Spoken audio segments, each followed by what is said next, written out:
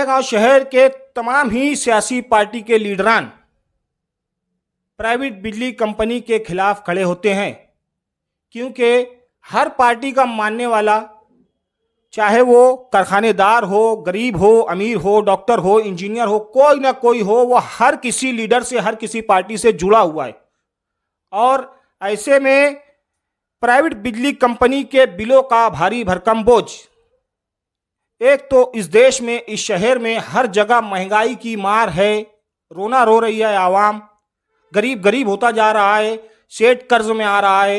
ऐसे में प्राइवेट बिजली कंपनी जान सकती है और शहरियान भी जानती है कि पहले जो है प्राइवेट बिजली कंपनी से पहले, कोलकाता की जो प्राइवेट बिजली कंपनी है, उससे पहले जो बिल आता था घरों का और कारखानादारों का, और आज का बिल, इन दोनों के दरमियान डिफरेंस क्या है, ये प्रेम सिंह भी बहुत बेहतरीन तरीके से जानते हैं। इस बारे में प्रेम सिंह से सीधा सवाल है कि पहले के बिल और आपकी कोलकाता की प्राइवेट बिजली कंपनी मालेगांव शहर में आ जाने के बाद क्या हाल हो रहा है, क्या जुल्म हो रहा है, इस बारे में प्रेम सिंह से जानते हैं।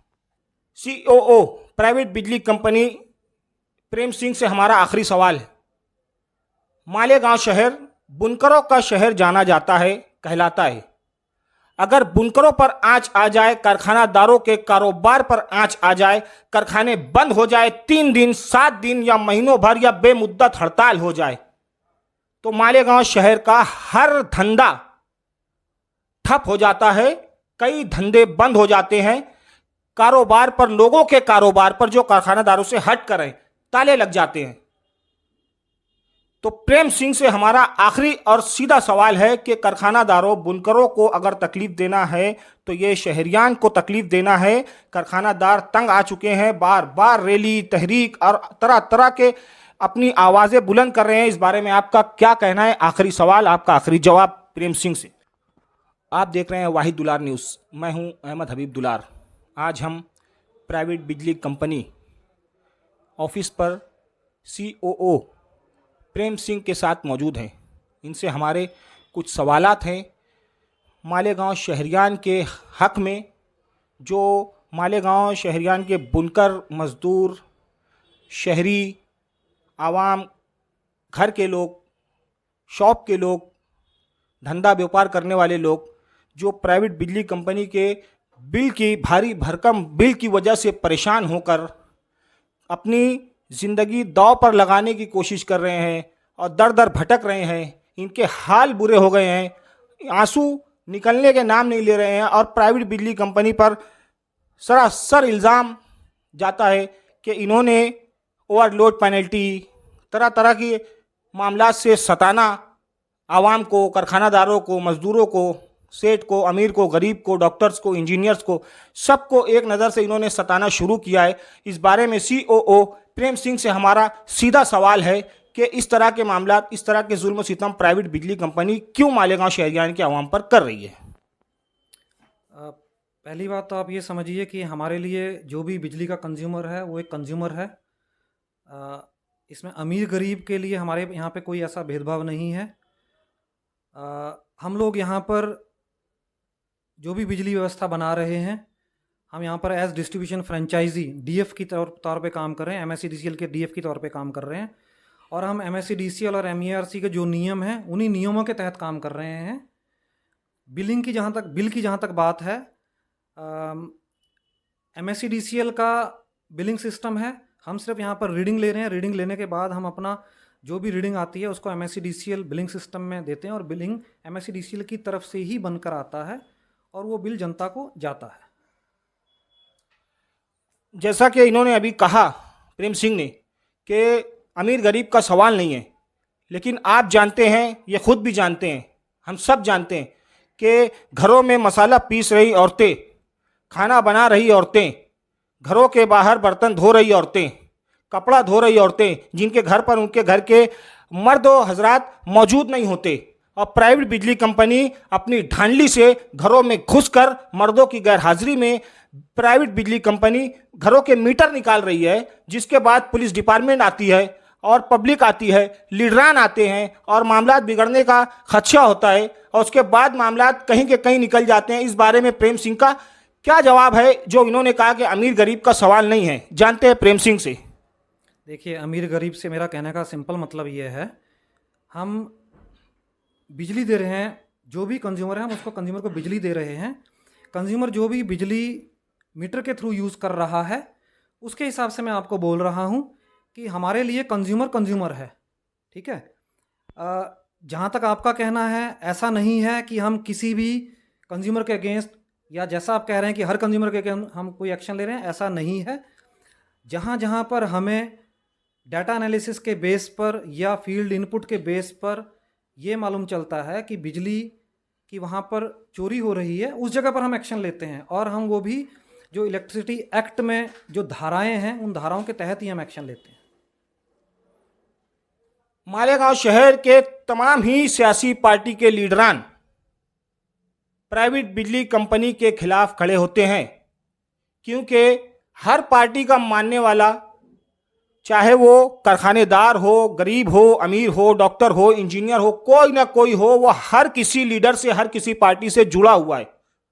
और ऐसे में प्राइवेट बिजली कंपनी के बिलों का भारी भरकम बोझ, एक तो इस देश में, इस शहर में हर जगह महंगाई की मार है, रोना रो रही है आवाम, गरीब गरीब होता जा रहा है, सेठ कर्ज में आ रहा है।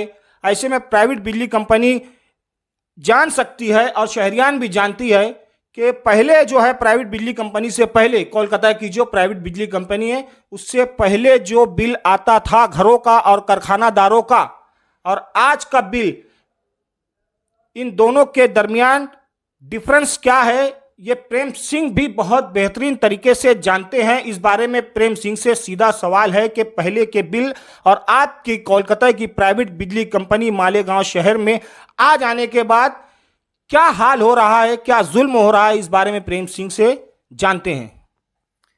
देखिए, मैंने आपको भी पहले भी बताया कि बिल जो आ रहा है मीटर में कंजम्पशन के बेस पे आ रहा है। जो कंज्यूमर जितना बिजली यूज़ कर रहा है मीटर के थ्रू, उस हिसाब से उसका बिल आ रहा है। और बिल जो है, ये जो भी बिजली का रेट, टैरिफ जो तय किया है MERC ने, ये उसके हिसाब से आ रहा है। MSEDCL के टाइम पर कितना बिल आ रहा था, अभी कितना बिल आ रहा था, उसके बारे में मैं नहीं कह सकता हूँ। मेरा सिंपल कहना है कि जो मीटर में कंजम्पशन आ रही है उसके बेस पर MERC से तय बिजली के रेट के हिसाब से बिल आ रहा है। COO प्राइवेट बिजली कंपनी प्रेम सिंह से हमारा आखिरी सवाल है। मालेगांव शहर बुनकरों का शहर जाना जाता है, कहलाता है।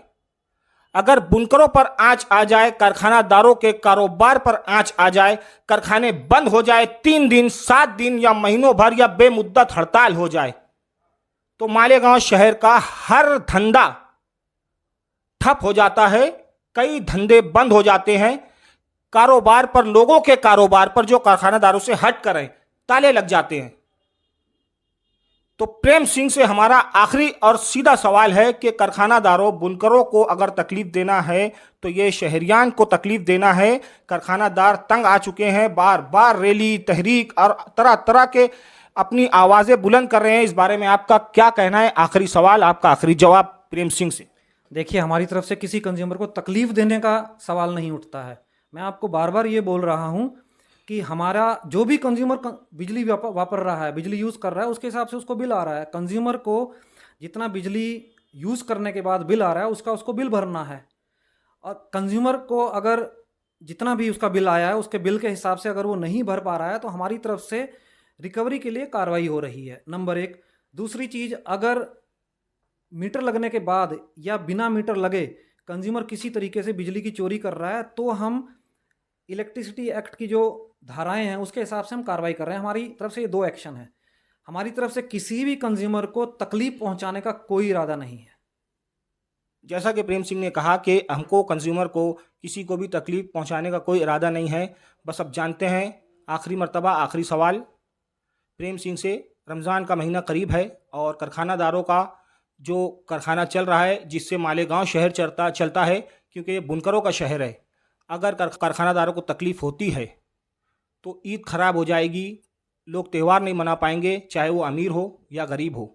तो क्या सहूलियात रहेंगी मालेगांव शहर की आवाम के लिए, गरीब हो, अमीर हो, बुनकर हो, डॉक्टर्स हो, इंजीनियर हो, टीचर्स हो या कोई भी हो?